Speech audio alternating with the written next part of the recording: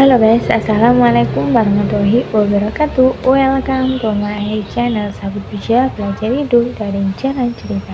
Seperti biasa, kita buka dan nonton dulu jalan-jalan ke Surabaya. Jangan lupa beli serabi abu. Jumpa lagi dengan Ananda Lika. Terima kasih sudah mampir di channel aku. Kali ini kita akan bahas salah satu dari 4 tokoh perempuan yang dijamin Allah masuk surga. Siapakah dia? So, tidak usah berlama-lama.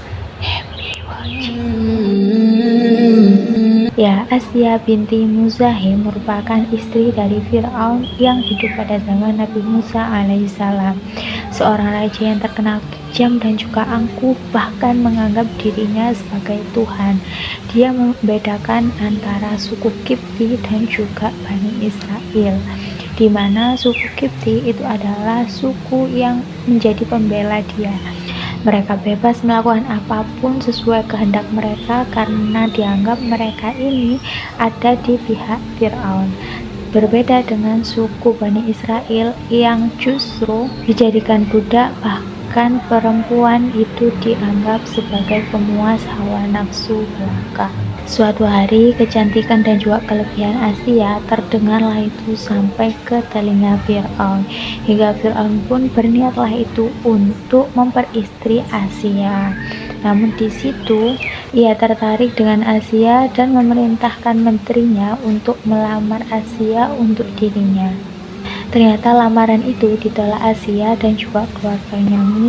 Mendengar lamarannya ditolak, Fir'aun pun marah besar dan memerintahkan tentaranya untuk menangkap kedua orang tua Asya dan mengancam akan membakar mereka berdua apabila Asya tidak menerima lamarannya. Karena tidak mau melihat orang tuanya disiksa oleh Fir'aun, akhirnya dengan berat hati Asya pun menerima itu tawaran untuk menikah dengan Fir'aun, tapi dengan beberapa syarat, yaitu dia tidak boleh tidur dengan Fir'aun. Dia bersedia menemani Fir'aun ke acara apapun, menemani dalam kegiatan apapun, tapi dia tidak mau tidur dengan Fir'aun. Akhirnya dari situ Fir'aun pun setuju dan mereka berdua akhirnya menikah. Suatu ketika Fir'aun pernah bermimpi bahwa dia ini akan dibunuh oleh salah satu anak perempuan. Yaitulah mengapa dia ini itu menekankan aturan untuk membunuh bayi laki-laki.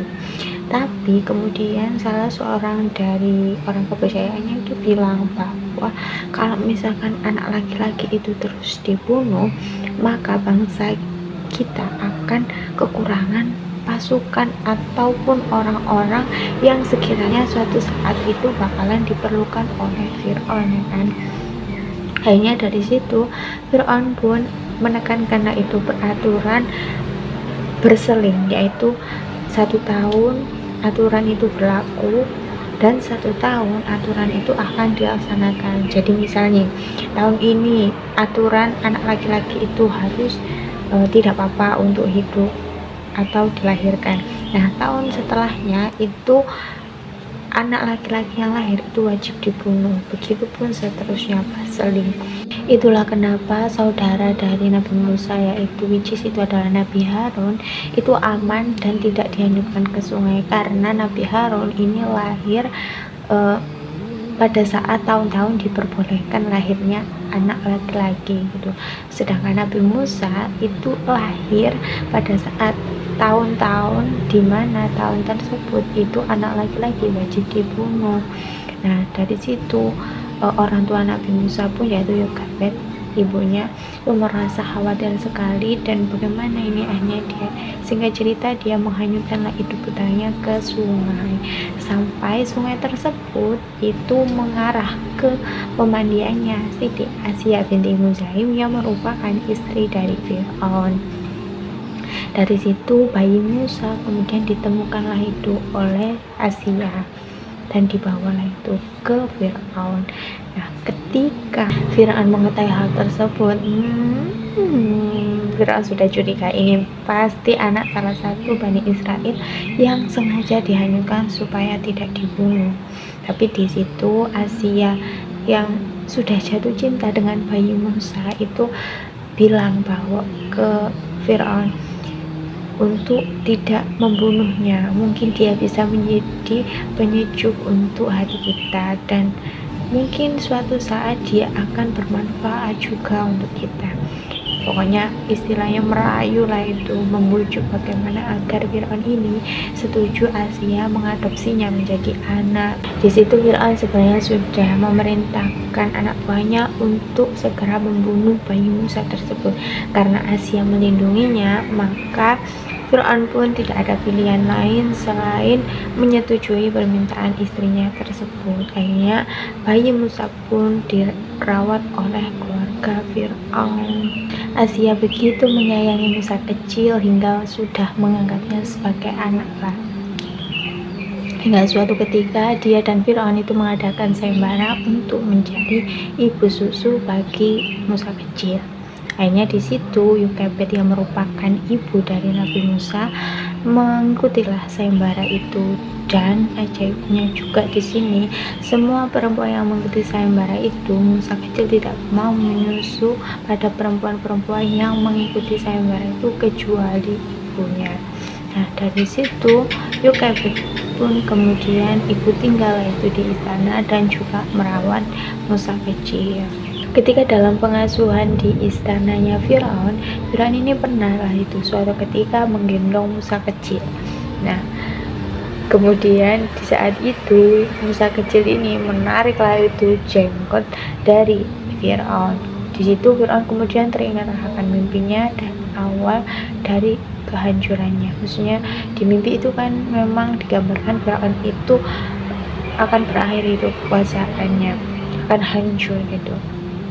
Sampai suatu ketika dia ini berpikirlah itu, jangan-jangan bayi ini yang akan menjadi awal kehancurannya.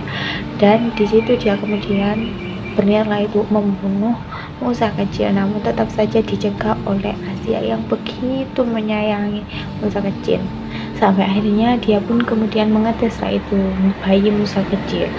Jadi di situ ada kurma dan juga bara api di sisi tangannya.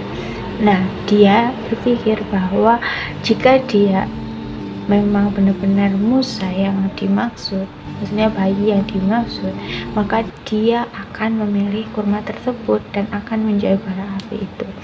Tapi wallahu alam, atas kebesaran Allah, Musa kecil itu pun mengarahkan tangannya ke bara api, sehingga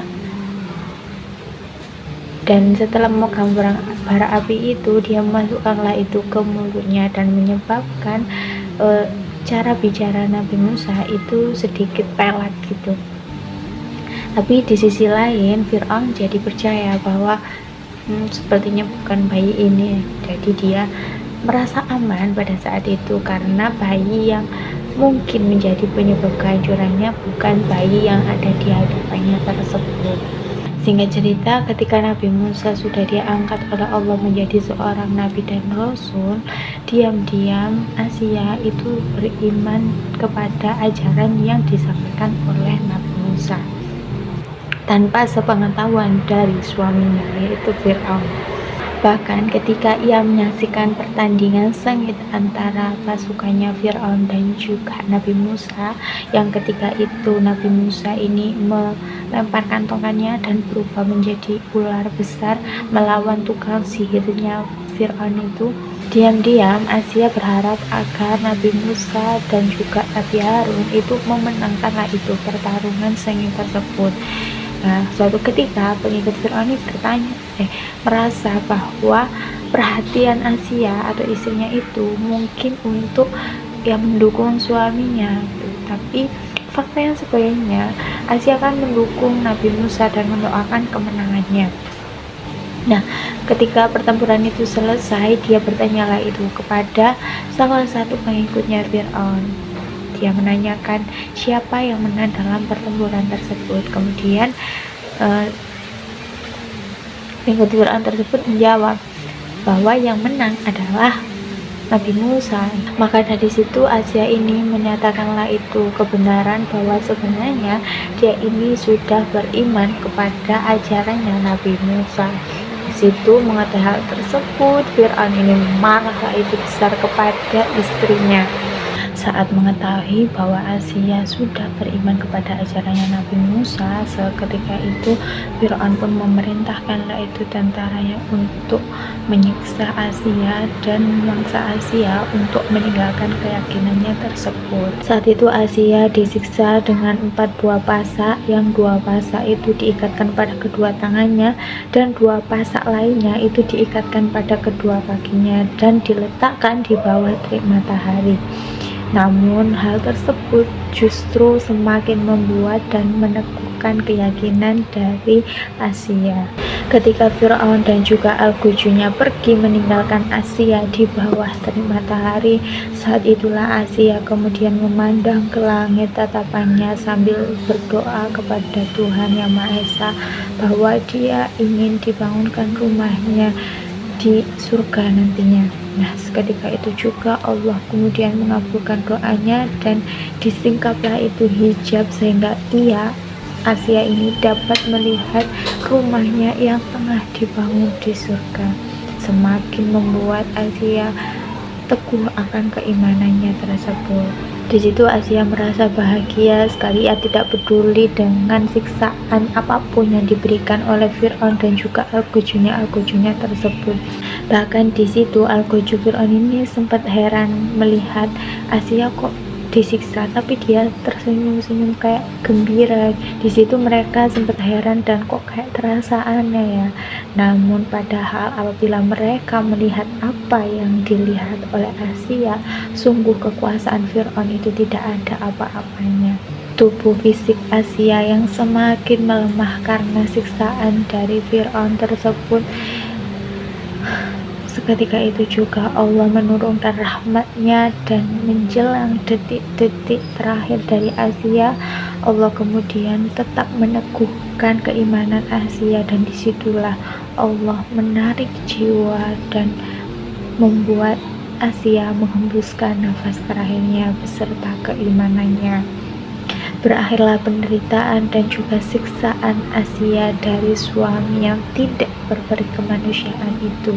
Sungguh dia adalah contoh sosok wanita yang teguh pendirian dan juga memiliki kesabaran yang luar biasa. Bahkan dia ini termasuk dari 4 orang tokoh perempuan yang dijamin oleh Allah masuk surga.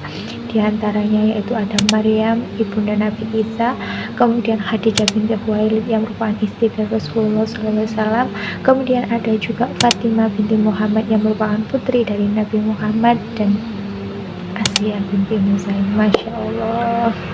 Oke teman-teman, itu tadi sedikit kisah mengenai Asia binti Muzaim, seorang wanita yang memiliki keteguhan yang luar biasa, keberanian, cerdas, kesabaran yang luar biasa, serta keteguhan yang Masya Allah sekali. Semoga kita semua dapat meneladani kisah dari tokoh perempuan yang satu ini. Oke teman-teman, mohon maaf bila ada kekurangan. Terima kasih buat yang sudah nonton dari awal hingga akhir. Mungkin ada saran untuk video-videoku berikutnya, boleh banget tulis aja di kolom komentar di bawah. Seperti biasa jangan lupa like, komen, dan subscribe-nya. Wassalamualaikum warahmatullahi wabarakatuh. Bye.